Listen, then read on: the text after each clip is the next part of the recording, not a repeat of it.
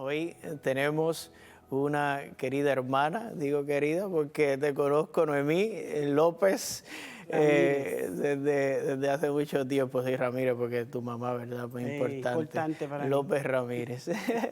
Noemí, bienvenida. Gracias por la Muy invitación. bien. Eres de la rama asociada, De la rama asociada del Altagraciana. Instituto Secular Nuestra Señora de Altagracia. Muy bien, ya nos hablará un poquito en qué te distingue en tu consagración a otras hermanas altagracianas que igual hemos tenido aquí en nuestro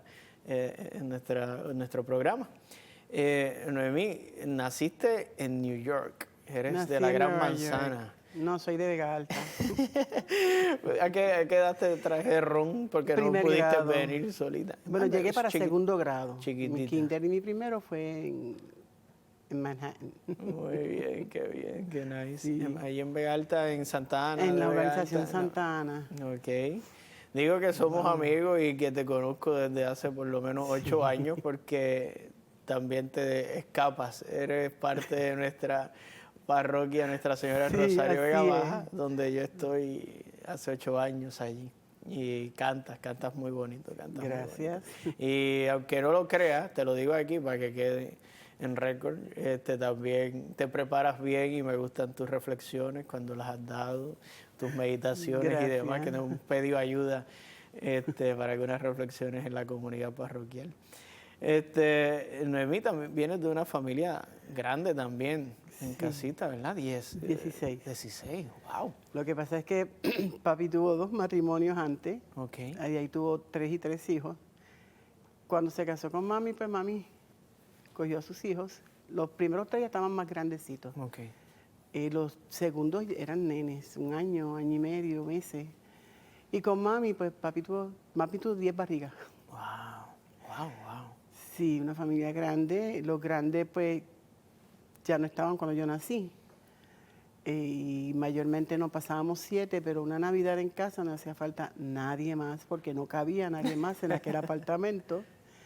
Cuando nos mudamos a Puerto Rico, la primera Navidad fue diferente. Estábamos en casa de mi abuela, ella vivía frente a la Escuela Industrial de Vega Alta, hasta que conseguimos la casa en Santa Ana.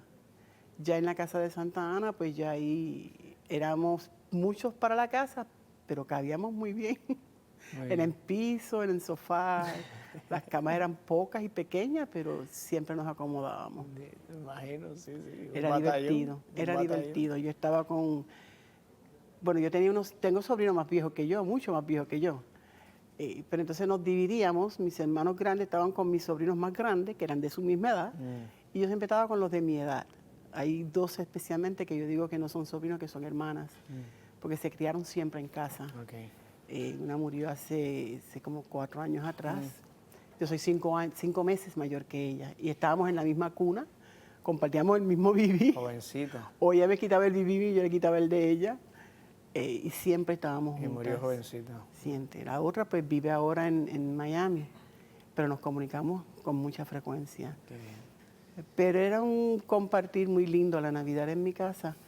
Era un compartir muy lindo, cuando era familia grande así.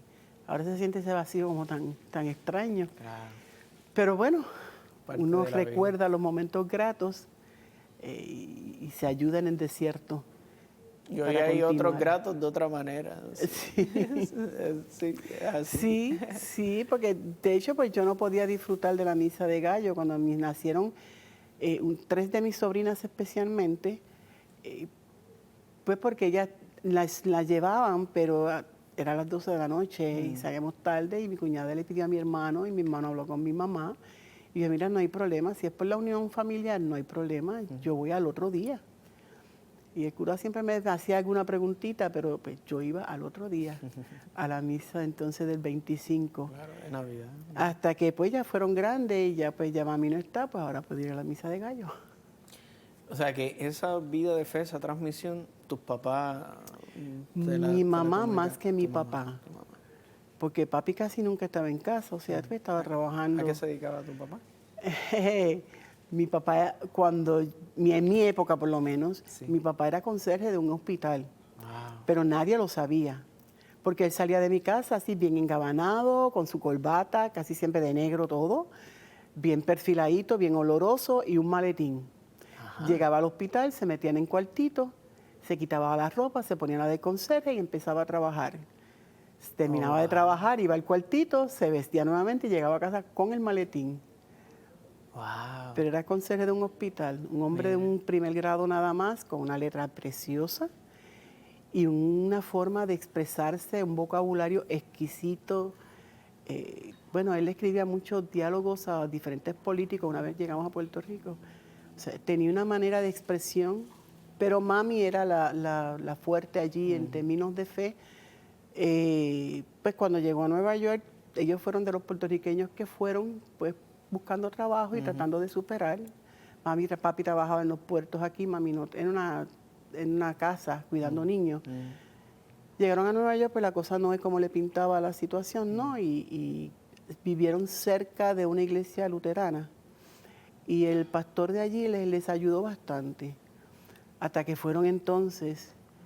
Pero mami siempre ese espíritu de servicio, ese espíritu de dar, y siempre nos decía, no, hay que dar, hay que servir, hay que ayudar. O sea, era bien orgullosa, pero no tenía nada de ella realmente, nada. Y su rosario, no era de reunirnos a hacer el rosario, no, pero mami su oración, su rosario. Si una vez nos mudamos a Puerto Rico, ella era bien devota a la Virgen del Carmen, mis tías también, me obligaba a mí a ayudarles a preparar un altar. Yo una niña preparando un altar para la Virgen del Carmen, y pero ¿qué es esto? Buscando flores. Pero me enseñó allí, una vez llegamos a Puerto Rico, ahí me enseñó. Y realmente pues con mis tías, y llegó el momento dado que me pusieron un rosario en la mano y te toca dirigirlo a ti. Un rosario cantado de la época de cuando ellas se criaban. Y yo, ¿cómo que me toca dirigirme a mí? Yo no lo entiendo, yo no lo sé. Te toca. Nada, yo lo que hacía era pasar las cuentas en lo que ellas cantaban. Esos rosarios de cruz también y demás. Qué bien. Pero mami pues siempre, ella lo decía, católica hasta después de la muerte, y después de la muerte mucho más. O sea que no... Qué linda. Tú pues sigues creciendo, ¿verdad? Pues, esa familia, sosteniendo, apoyando a la familia, los niños más pequeños. Trato. Ya tan viejo, ya tan grande. No, en ese entonces, ¿verdad? Sí. Y te toca pues dar el próximo paso fuera de casa. Entras a la universidad, te formas también en la docencia. Sí, también, yo fui a la universidad, pero yo nunca quise ir a la Universidad de Puerto Rico. Okay. Porque yo veía a mi hermana en la lucha. Ella estuvo en Croen, y después de Croen quiso quedarse en Mayagüez. Quiso quedarse en Mayagüez, pero se fue para Arecibo y después fue a Río Piedra. Y yo veía esas huelgas tan fuertes, y yo no, yo me fui con Ana Geméndez.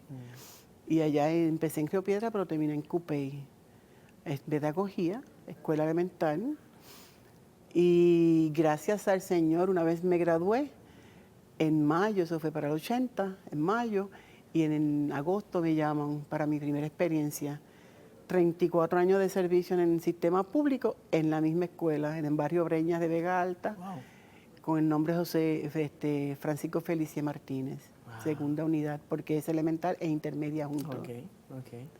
Y allí estuve. ¿Qué red de ahí? 34 años. Cuando yo empecé era fuertísimo. ¿Qué materia o en esos grados daban? Empecé con primer grado. Primer grado, que ahí se dan varias Empecé con primer grado. materias. Luego la maestra de estudios sociales de cuarto, quinto y sexto se jubiló, y la directora en ese momento dado habló conmigo. Y yo lo que le dije fue, déjame orarlo. Y ella me dijo, bueno, tienes 1 hora para orarlo. Y después del almuerzo me volvió a llamar, y dije, bueno, está bien. O sea, que medio Vega Alta pasó por tus manos. Barrio Breñas. Breñas. Todavía me encuentro con... ¿Y Mrs. López con...? Nunca fui Mrs. López. Yo siempre llegaba, ellos siempre llegaban el primer día, y yo, mucho gusto, yo soy Noemí. Y me llamaban Noemí. Ellos decían, tú me respetas y yo te respeto. Una vez tú me faltas el respeto, ahí vamos a tener problemas. Y entonces paso a ser López, no Noemí. Y cuando intentaban como que sacarme de la línea, y yo le decía, tú sabes lo que hay, ¿verdad? Sí, fui fuerte. Y los papás me lo decían siempre, pero me decían una palabra no muy... pero dentro de la fuerza que yo les proyectaba, también había una confianza, había un chiste, Yo tenía una nena que yo a veces la molestaba mucho, a veces pasaba por el lado con el borrador y le pintaba el pelo de blanco. Y ahora el Señor te lo pintó a ti. Sí, ahora el Señor me lo pintó a mí. ¿Y de qué manera? Pero, o sea, dentro de la fuerza y de lo estricta que yo era, también supe dar cariño, supe dar amor y supe hablarles y aceptarlos tal como eran. Porque detrás de ese servicio, ese trabajo, estaba tu consagración. Que ahí quisiera que me hablaras un poquito de ello, porque pues, tú sigues siendo maestra en tu carisma, ¿verdad?, de vida, de consagración. Pues siguen laborando y siguen viviendo esa consagración sin que igual mucha gente se entere de que eres consagrada o que tienes una consagración particular. En este caso, ¿cómo tú conoces la comunidad de Nuestra Señora de la Alta Gracia, las altagracianas, y cómo vives ese carisma que entiendo que en tu caso, a diferencia de las otras hermanas que he tenido, pues tú eres de la rama asociada? ¿En qué se distingue y cómo la viviste? Lo que pasa es que yo no conocí las altagracianas primero. Okay. Yo conocí al fundador primero. Padre Uranga, Padre José María. Sí, en Santa Ana tuvo mucho tiempo el Padre Jesús Díaz, que fue mi primer párroco formal, y él daba retiros en Cuaresma o en alguna ocasión, y ese día iba al Manresa a buscar a Quevedo, a Padre Quevedo. Me dice, pues vente, acompáñame. Yo lo acompañaba a muchos sitios, inclusive a las misas crismales de Arecibo. Me decía, vente, vámonos. Y cuando llegamos a Arecibo, como te dijo Judith, primera persona que cuando llegamos a Manresa, con la primera persona que tú te ibas a encontrar era con Uranga. Y llegó aquel mini hombre para acá y saluda con besos y abrazos a Padre Díaz. ¿Y cómo están? Y están hablando y qué sé yo. Y yo entiendo que él le dice a Padre Díaz, ¿cuándo tú me vas a traer una agustiniana para acá? Y yo miré para los lados y decía, agustiniana, esto me huele a monja, esto como que... Y entonces Padre Díaz me cogió de la mano y me dice, toma, aquí tienes una. Y él me dice, ¿quién soy yo? Y yo le digo, yo no sé. Yo tenía 17 años, 18, no, 19 ya. Oh, jovencita. Y me dice, ven acá, mira esta puerta, ¿qué dice aquí? Y yo le digo, bueno, ahí dice, Padre José M. Uranga, SJ. Niña, eso no se lee de esa manera. Y yo, eso es lo que dice ahí, Padre. Es José María Uranga, sacerdote jesuita. Yo, pues yo no sabía ese detalle. O sea, que ese fue el primer regaño que yo recibí de Uranga. A través de él empecé a tener direcciones espirituales, a conocerlo más profundamente. Tuve el honor de tenerlo en mi casa, de dormir. De hecho, en el cuarto que yo duermo fue donde él durmió. Y me fue guiando, me fue ayudando. Oye, a mí no me has invitado ni un café en tu casa. Tienes razón. Lo que pasa es que yo no bebo café. No, sigue con lo que estaba, que era más, pero es que no tuve que sacarlo. Sí, pero es que a cuenta mía nunca vas a beber café porque yo no tomo café, no hago café. Si está mi hermano, te lo bebes. Contra era mucho más sublime lo que estabas diciendo del padre, pero es que tenía que sacármelo. Sí, esta parte la van a editar, yo lo sé. Pero bueno, seguí conociendo y seguí acercando. Luego empecé a conocer a diferentes altagracianas. A la primera que conocí fue a María. Meléndez. Conocí a María Meléndez, fue conociendo a todas las demás, pero pues yo siempre decía, desde un acercamiento que tuve con una compañera estudiante en mi kinder, o sea, yo la menor, pero siempre estaba rodeado de gente más vieja que yo, por eso me quedé con la costumbre de estar con gente más vieja que yo. Y yo le decía, esa niña era china, muy buena, tenían de todo. Una vez me fugué para la casa estando en kinder. Salimos de la escuela y nos fuimos al apartamento y yo, wow, ¿qué es esto? Y yo decía, pues yo no tengo nada de esto. Pero ella hablándome y cuando yo llegué a mi casa, yo recuerdo que yo desde ese momento, yo siempre decía, yo voy a servir. Yo voy a servir, de alguna manera yo voy a servir. Y así fui creciendo. Decía que iba a ir a África, nunca pude ir a África, pero cuando empecé en Breñas, todo el mundo me decía, ¿qué tú haces en Breñas, muchachas? Si eso es lo peor. Y yo, bueno, pero ahí me tocó trabajar. Uranga siempre decía que donde quiera que tú estuvieras, tenías que hacer lo mejor. y la Altagraciana, toda su familia del instituto tenían que hacer lo mejor. Y yo intenté hacer lo mejor. Mi primera experiencia fue en primer grado y recuerdo que una tarde me tuve que tirar al piso con todos los niños porque entonces había un tiroteo por la parte de afuera y la policía persiguiendo a uno. Y uno de mis estudiantes se pusieron bien nerviosos. Es que papi tiene unas pastillas negras. Y unas pastillas negras, ¿qué es eso? Yo no sabía.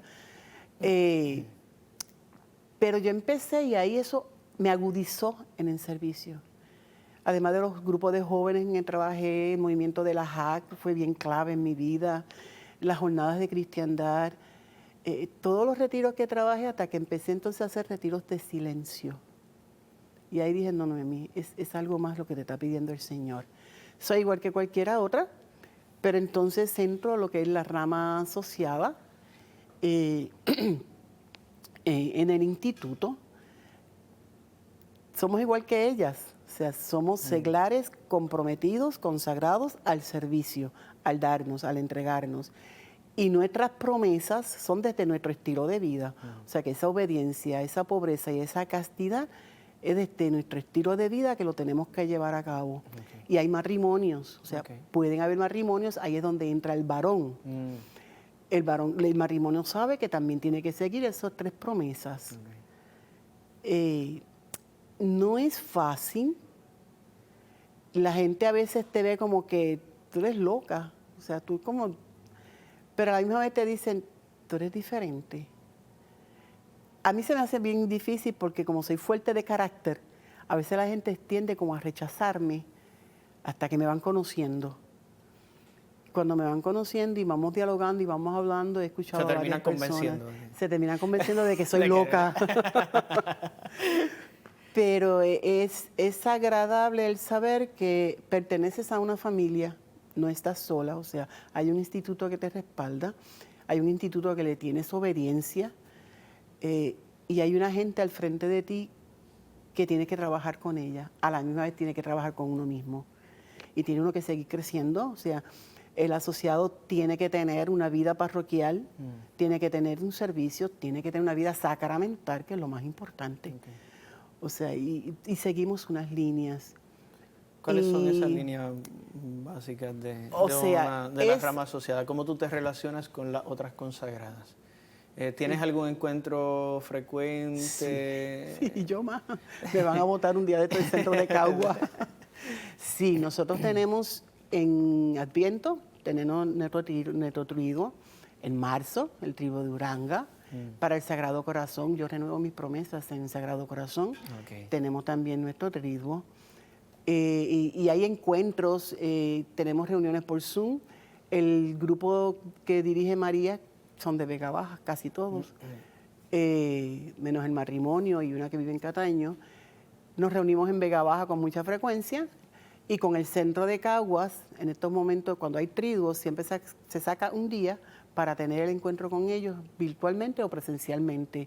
Muchas veces nos escapamos a la capilla de Fátima, a tu capilla de Fátima, y estamos allí un rato. Y nuestro estilo de vida, pues tiene que ser como Uranga, como nuestro bautismo, como nuestra fe nos dicta que sea, o sea, ejemplar en el servicio, es dándose. Y esperando pues lo que Dios quiera, como Dios quiere y cuando Dios quiera. Y no es fácil.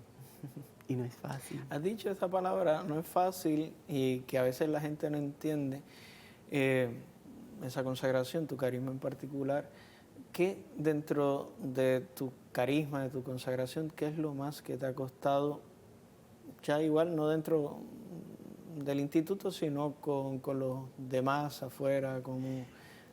falta de comprensión, no sé. ¿Sabe que a veces es más difícil a nivel familiar que a nivel de afuera? Porque a nivel de afuera tú puedes trabajarlo más fácil, ¿no? O sea, a veces te invitan, vamos a una fiesta, tenemos tal esto, y dicen, no, yo tengo un compromiso ya.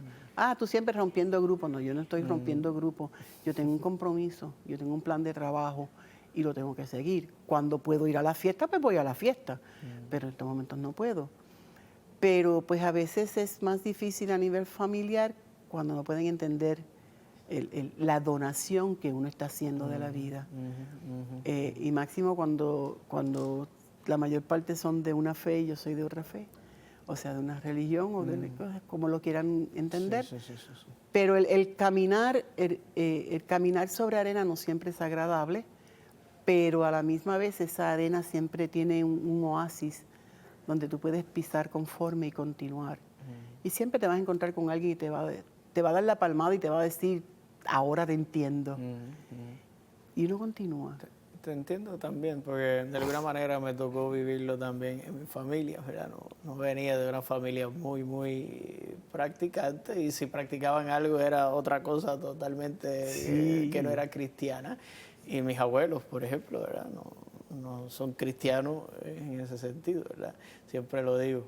Mi abuela, pues, paterna, ¿verdad? Es mita, y por otro lado se practica lo espiritista y demás.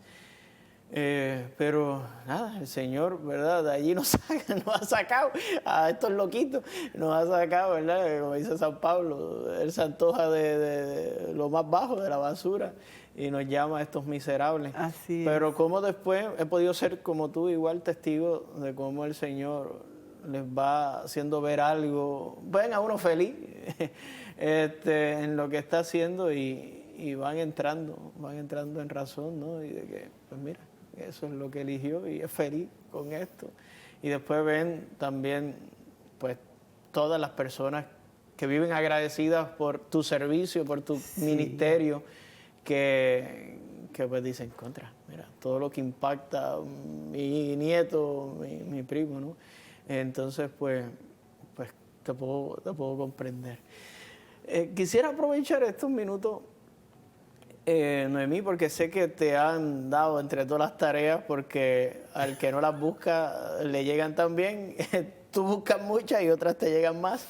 Te ha tocado un poco la parte vocacional, estar un poco acompañando también.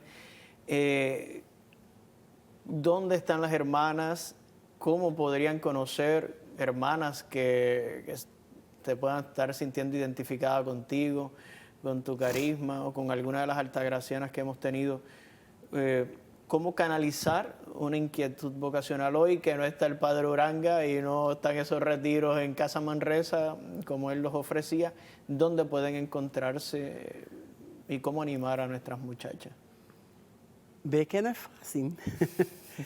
Mira, si no busqué el trabajo, llegó a mí. Siempre me ha gustado escuchar. Yo creo que a mí mi audición es bastante buena cuando voy a escuchar. Y he tenido experiencia de escuchar mucho, de diferentes edades. Pero aquí en términos vocacionales, pues salir al encuentro de las chicas, observar, arriesgarse uno a hacer la pregunta, la que sea. O sea, a mí Uranga me dijo cómo yo me llamo y leer lo que dice ahí. Por ahí empezó. Y tratar de reunir, de hecho hay un grupito que estamos tratando de reunirnos y de noviembre para acá hemos hecho una pausa por muchísimas razones. Nos tratamos de encaminar virtual, los famosos chats. Estoy empezando a visitar diferentes parroquias para tratar de llamar la atención. Una de las primeras que fuimos fue a la parroquia Santa Ana, que bueno, realmente es la parroquia donde yo pertenezco. Y siempre ha sido mi parroquia, yo no los niego, y yo voy allá con mucha frecuencia. Pero hace 3 años atrás nos invitaron a una actividad vocacional, y allá estuvimos las altagracianas, tuvimos muy buen trabajo allí. Y ahí hay una chica que trato de darle un seguimiento, pero hace como te explicó en un momento dado Chiqui, ¿no? Que se escapó. Ella se me escapa y yo la estoy dando quietecita unos días. Pero las chicas pueden comunicarse con nosotros a través del correo electrónico. Las chicas pueden comunicarse con el centro de Cagua. Yo tengo un problema con los números telefónicos que no me los memorizo. En el Sidra hay otro centro. Y cuando tú te enamoras de un trabajo, por algo Dios me tiene aquí, o sea, y realmente me dio esta vocación del ser soltera y de entregarme solamente a Él, es porque trato de caminar y llegar a donde la muchacha o donde las muchachas y trato de mirar a los ojos realmente y de descubrir con quién puedo hacer esta pregunta, con quién puedo hacer la otra, o con quién simplemente la abrazo y le dejo saber aquí estoy. Pero el encuentro es necesario. Y yo creo que hoy día las muchachas tienen que tener consigo mismo un compromiso de sentarse a pensar. Y hay muchas que se piensan y se preguntan, ¿para qué estoy aquí? O sea, ¿para qué sirvo? ¿A qué me entrego? ¿A qué me doy? Todo el mundo sirve para algo, todo el mundo sirve para muchas cosas. Es solamente saber canalizar hacia dónde voy a ir, qué camino voy a escoger. O sea, pues Dios me tiene aquí en la rama asociada, con toda mi consagración.